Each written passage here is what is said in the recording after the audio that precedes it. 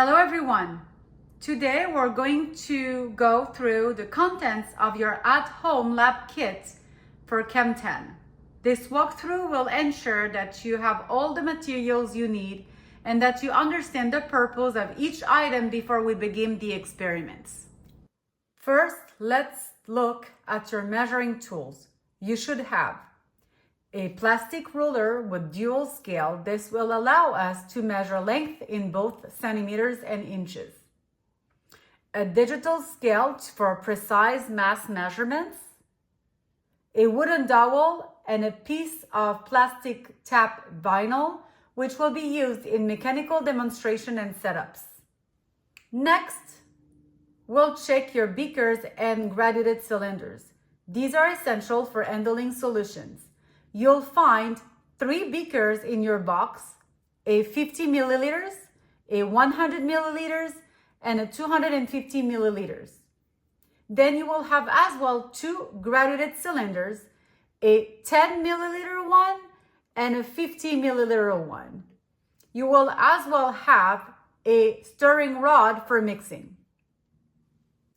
In addition, your kit includes plastic pipettes for transferring liquids in small amounts. You have 1 milliliter one, and you will find 6 3 milliliter ones. You have as well an Erlenmeyer flask, 125 mils, which is especially useful when we need to swirl mixture without spilling. And then you have a funnel for safe liquid transfers and filtration setup. You'll also find a red alcohol-filled thermometer, which we'll use for temperature measurements, a sample of copper chloride solutions, and a piece of aluminum foil, both of which will be used in chemical reaction labs.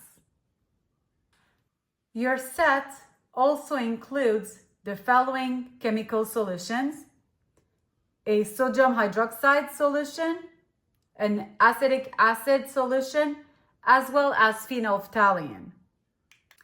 Your kit should also contain a pack of filter paper, 9 centimeter circles, and a set of assorted balloons. Yes, balloons. They'll help us explore gas behavior in some of our experiments. You should also find styrofoam cups, 2 total, which serve as insulated containers, a piece of string, a metal cylinder. This could be copper, brass, or steel, depending on your kit, which we'll use for density measurements, a booklet of pH test strips, range 1 to 14, a 10 milliliter syringe, a bolt or screw, depending on your kit, Alka-Seltzer tablets, and a molecular modeling kit that we'll use when discussing bonding and structure. Finally, do not forget about safety. You will find safety goggles as well as a lab apron in your kit.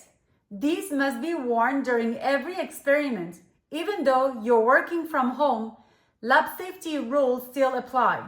Think of your workspace as a lab and treat it with the same respect. That completes our inventory of the CHEM10 at-home lab kit. Before our first experiment, make sure you've checked off each item and contact me immediately if something is missing. In our next lab session, we'll begin using these materials, so keep your kit organized and ready. Thank you, and I'll see you in the lab, virtually.